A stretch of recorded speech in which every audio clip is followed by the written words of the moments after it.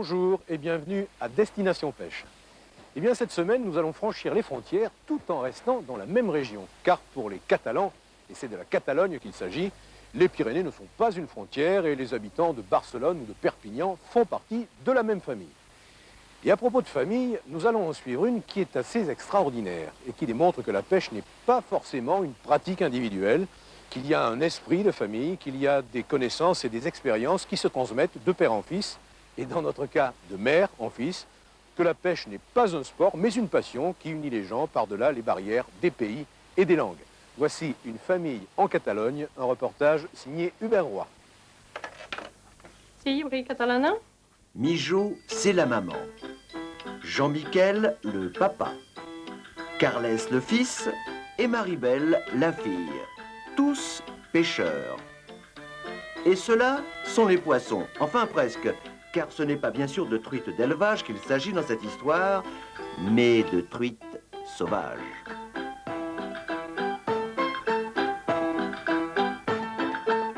Comme celle évoquée par Ludovic et Sylvain Massé dans L'âme la truite, et surgit d'un livre de pêcheurs au fond d'une librairie de Perpignan, la librairie catalane.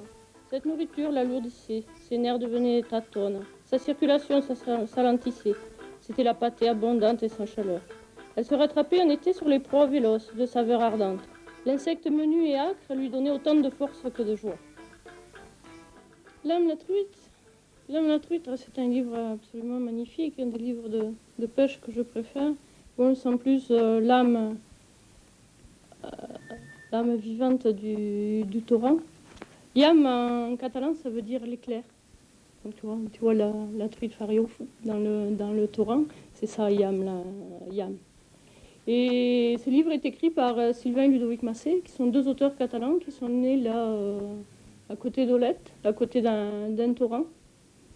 Et donc c'est toutes ces raisons qui a fait que j'ai voulu que ce livre ressorte, puisqu'il avait été publié en 1938 chez Larousse. Et depuis, on ne pouvait plus le trouver.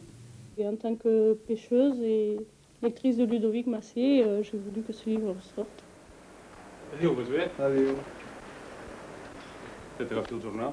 Bon.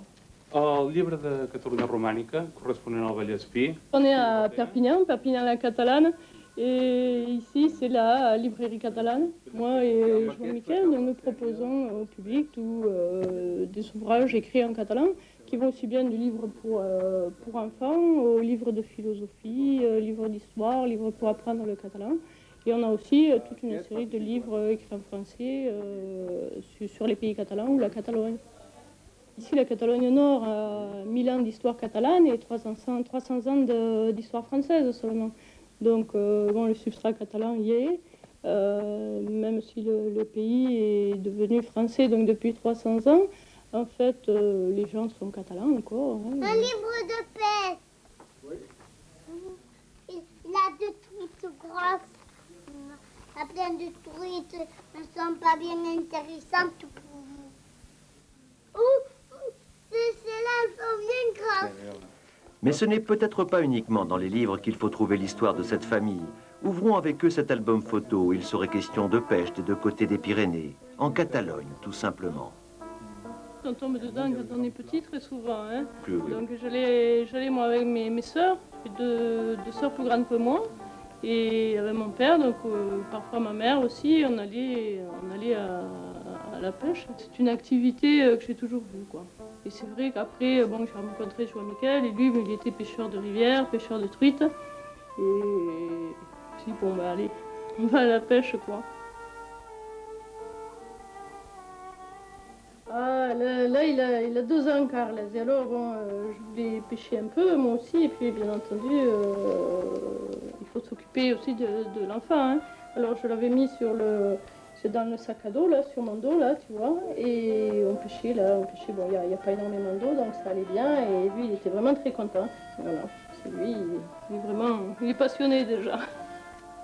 C'est fabuleux pour un enfant de pouvoir voir la nature et tout, parce que maintenant, il a 4 ans et il reconnaît une truite, un ombre, un brochet. Si on lui met un poisson dans le plat, même s'il vient du poissonnier du coin, il demande qui l'a attrapé. Il a il voit la nature, la vie et la mort et manger, quoi. C'est fantastique pour un enfant.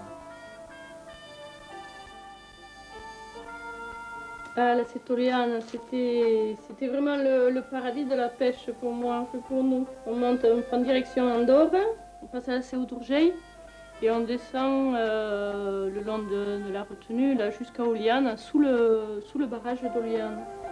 Là, tu vois, tu as ces herbiers, alors tu avais les truites cachées là, hop, qui sortaient, pouf, pendant les mouches qui descendaient. En plus, il y en avait une quantité absolument impressionnante. Je dis au passé, bon, parce que ça a quand même pas mal changé. C'est le coin où on allait régulièrement, on n'avait qu'une idée, c'était fermé pour partir là-bas, passer le maximum de temps possible. Hein? Ah.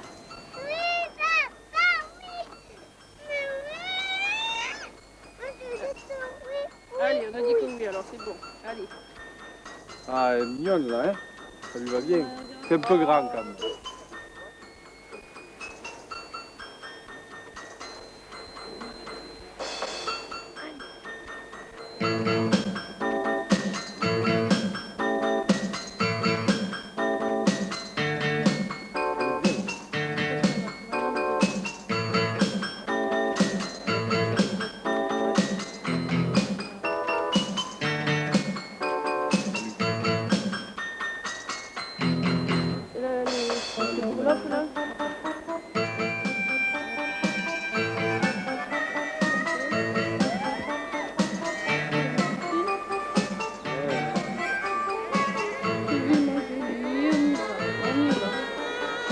C'est plus pratique que sans le bébé, hein.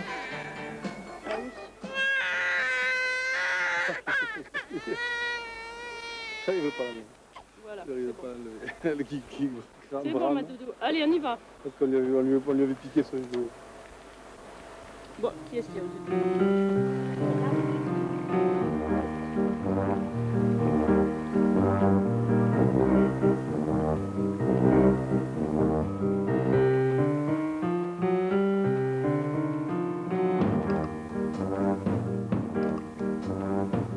Là, j'ai mis un bas de ligne, je l'ai raccourci un peu pour l'occasion parce que c'est vrai qu'avec elle, je ne veux pas lancer trop bien, alors je l'ai mis un peu plus court. Et puis, bon, en mouche, là, on essayait un peu à noyer et puis un peu en sèche, mais bon, je crois que c'est un petit peu tôt encore pour qu'elle soit dehors, les truites.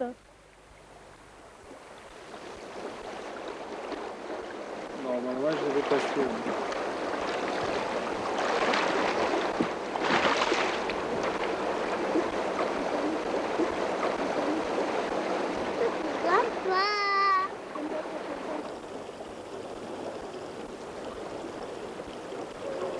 Voilà, là, Maribel s'est endormie, la berceuse de la rivière. Alors je l'ai retournée. Là, elle dort tranquillement. Pour 1 heure, elle va dormir. Et puis là, au moins, elle garde son chapeau. Moi, j'ai choisi de pêcher à noyer et au streamer, c'est-à-dire que le lancer est beaucoup moins élégant, mais on lance relativement court et on ramène, on risque d'attraper pas mal de poissons de cette façon-là. Parce que surtout, ce qu'il faut, c'est qu'ils voient le poisson sortir de l'eau, ça leur plaît. Puis ils arrivent à voir très rapidement les gobages, à dire il y a une truite là, ou ce qu'il y a, ce qu'ils ne comprennent pas, c'est qu'on n'attrape pas de poissons. Alors au début, le geste de ferrer, ils voyaient que quand je ferrais, il y avait un poisson. Alors chaque fois, ils me demandaient de ferrer parce qu'ils pensaient que c'était comme ça que je faisais venir le poisson.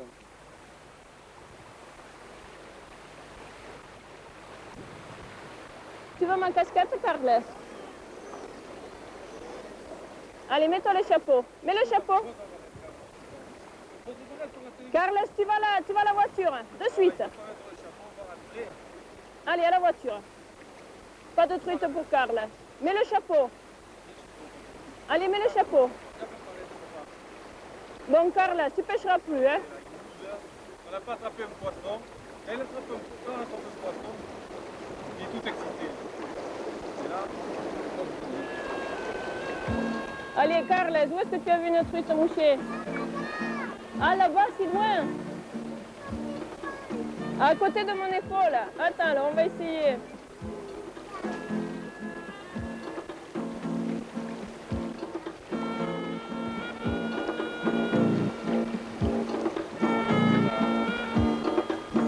plus loin, à Laval, un autre couple remonte la rivière le Sègre. Agousti et Louisa sont des amis de Mijaud et Jean-Michel et de grands pêcheurs. J'utilise une technique très simple. Je pêche.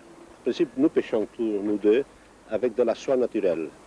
La technique, c'est pour nous, au moins pour moi et pour toi aussi, je pense, c'est-à-dire, c'est pas fait de casting avec de longues distances, c'est de pêcher court et que la mouche, elle descend de façon naturelle.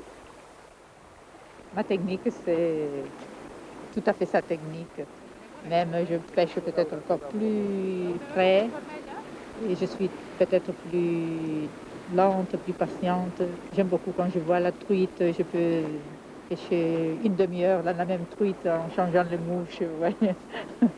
Mais normalement, on pêche tous ensemble. On les a rencontrés, on a rencontré Mijaud il y a, je ne sais pas combien, 15 ans. Pour nous, ils représentent les amis de la pêche, des vrais amis. Ils viennent très souvent dans cette rivière, bien ici, dans cet endroit. Et entre nous, nous communiquons toujours en catalan, mais jamais en français.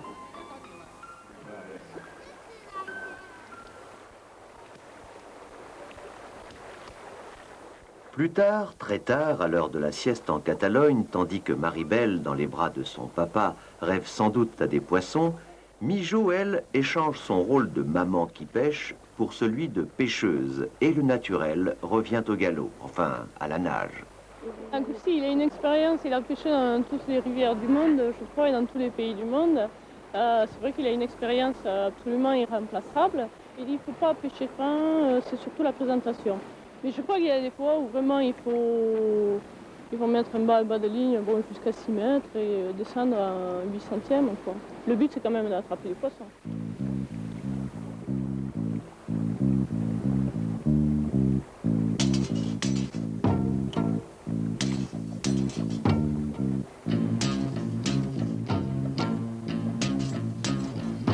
Une truite difficile, je peux passer une demi-heure, 1 heure pour essayer pour l'avoir, quoi.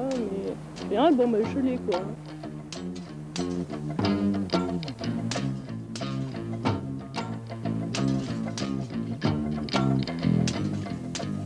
Mijaud n'est pas la seule au bord de la rivière.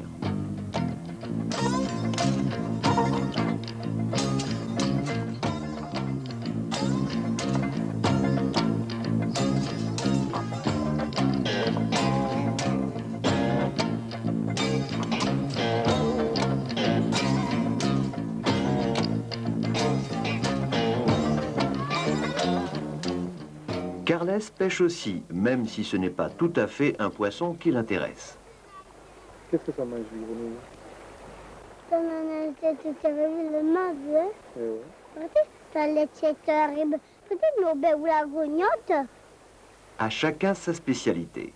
Ben, il y a 3 techniques, disons. La mouche sèche, en remontant le courant, ou pour attaquer des plats, et la mouche noyée qui se fait en descendant le courant. Et là, une technique un peu entre les deux qui est le streamer et une mouche noyée.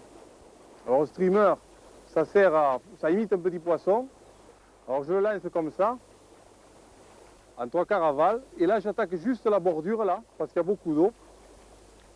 Et alors je le ramène avec un petit coup sec et un coup un peu plus long.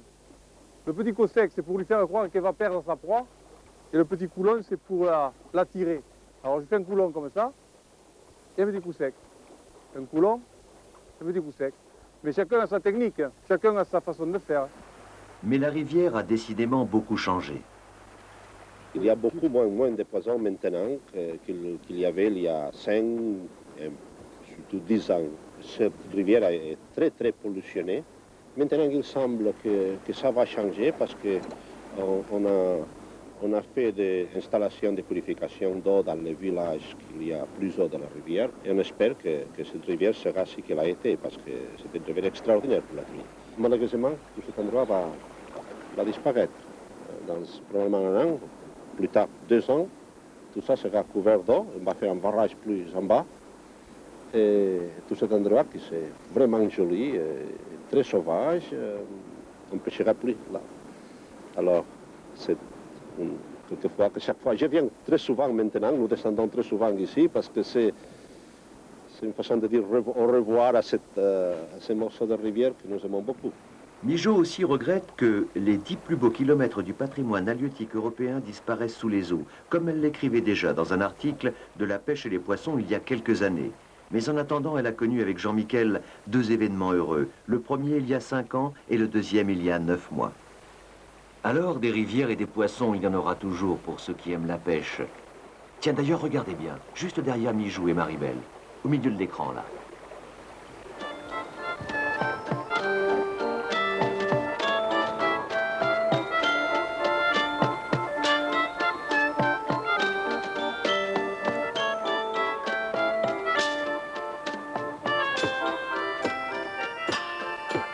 Truchas del Segre, les truites du Segre, on l'a vu, ne sont pas faciles à attraper. Et pourtant, il est un endroit où on les compte par millions, où on les ramasse à la tonne, où on les calibre vivantes à la machine, et cet endroit s'appelle Truchas del Segre, et c'est la plus grande pisciculture d'Europe. Regardez.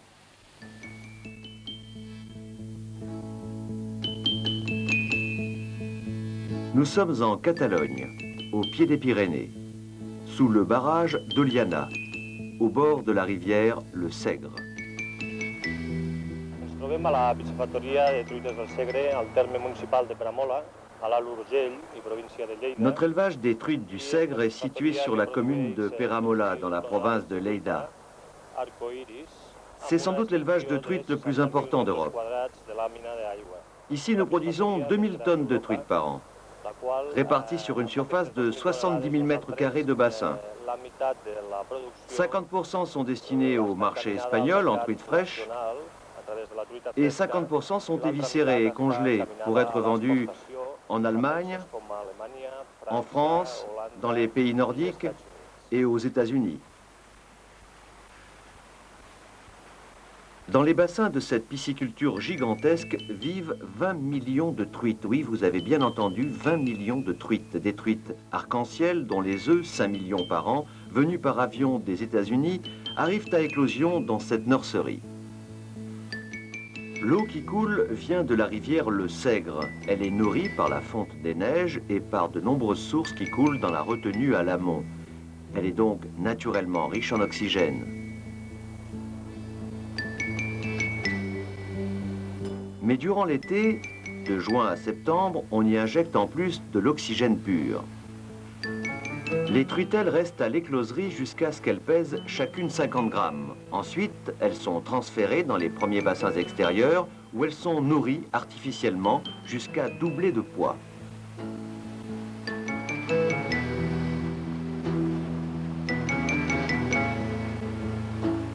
Troisième et dernier stade de leur développement, elles changent une nouvelle fois de bassin pour être engraissées jusqu'à peser 200 à 250 grammes.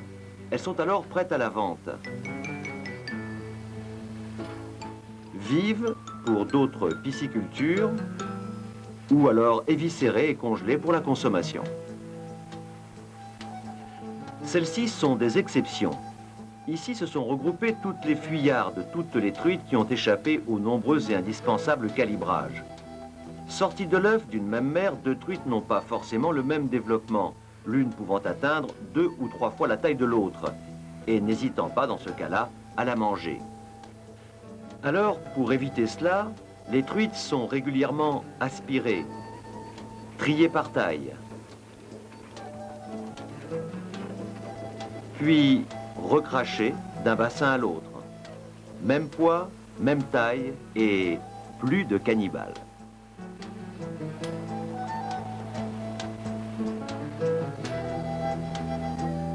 « 20 personnes travaillent ici à la pisciculture, soit un employé par million de truites.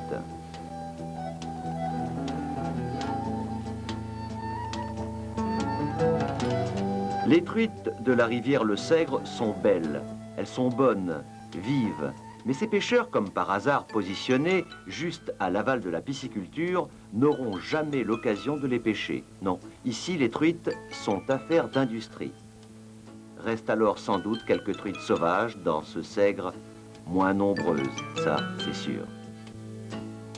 On Espagne comme en France, la pêche est réglementée. Mais l'Europe n'y a pas encore mis son grain de sel ou de sable et chaque pays garde ses coutumes. Comme celle-ci en Catalogne, de réserver la rivière 2 jours par semaine aux riverains. Mais rien n'empêche un pêcheur français de pêcher en Espagne sans pêcher. Voici le truc de la semaine.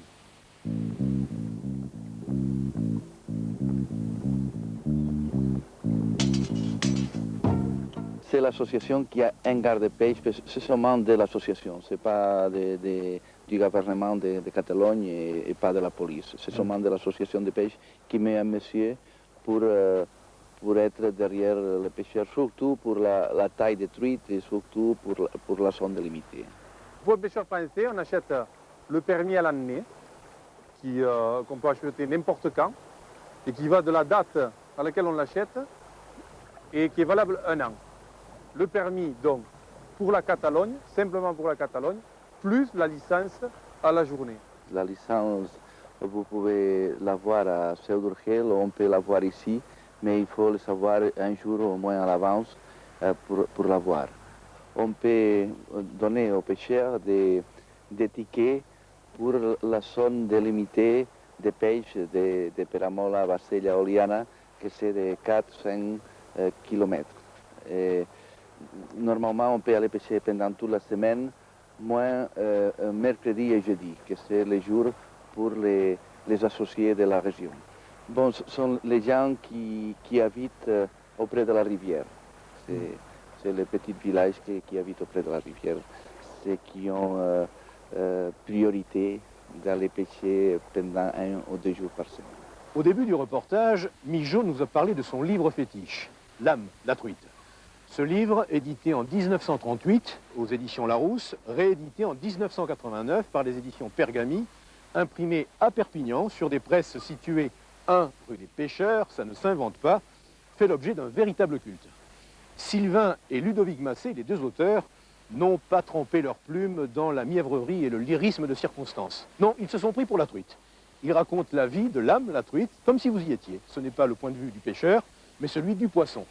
Dans ce style si particulier des années 30, où la langue française charrie des adjectifs comme un fleuve, un limon, ce qui ne l'empêche pas de rebondir comme un torrent de phrase en phrase. L'âme la truite est suivie de 3 nouvelles qui tournent en dérision les braconniers et les vantards, maîtres du silence ou rois de la parole, compagnons obligés des longues soirées entre pêcheurs. Et puis, si vous voulez aller pêcher en Catalogne, découvrir les sierras acculées à la Cerdagne, à l'Andorre, ou remonter la Sègre jusqu'à sa source, eh bien, je vous conseille d'emporter avec vous le grand guide de la Catalogne aux éditions Gallimard.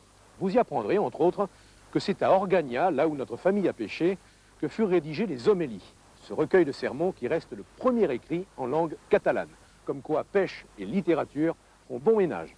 Voilà, cette émission est maintenant terminée. Si vous désirez pêcher en Catalogne, contactez la Generalitat à l'adresse ci-dessous. Au revoir. N'oubliez pas, juste après le générique, votre jeu concours.